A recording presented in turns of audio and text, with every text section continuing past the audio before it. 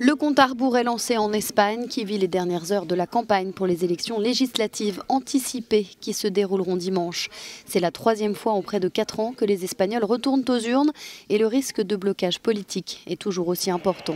Selon plusieurs spécialistes et les derniers sondages d'opinion, une bonne partie des électeurs devraient se décider au dernier moment. Le pays est en proie à l'instabilité politique et l'inconnu des alliances post-électorales domine la fin de la campagne.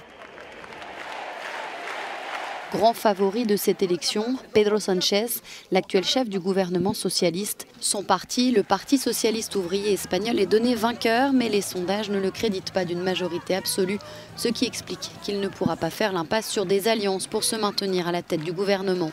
Pedro Sánchez pourrait devoir nouer des alliances avec la gauche radicale de Podemos, dont le leader Pablo Iglesias apparaît à l'écran. Jeudi, il a refusé d'écarter une alliance avec les libéraux de Ciudadanos pour continuer à gouverner, malgré le refus affiché par les libéraux.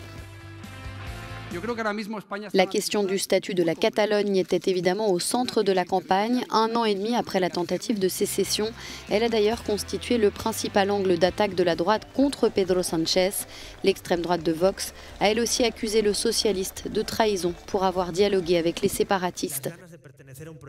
La montée en puissance de l'extrême droite, c'est justement le fait nouveau de ce scrutin. Vox pourrait faire son entrée au Parlement, ce qui constituerait une première depuis la mort du dictateur Franco en 1975.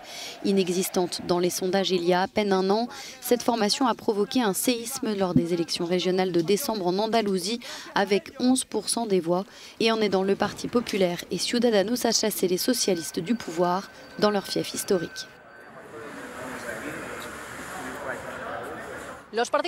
Les partis profitent des dernières heures de la campagne qui se termine ce vendredi. Une campagne qui a été très agressive en raison de 2 facteurs principaux, l'irruption de Vox et la fragmentation de la droite et le nombre important d'indécis. Cristina Giner, Euronews, Madrid.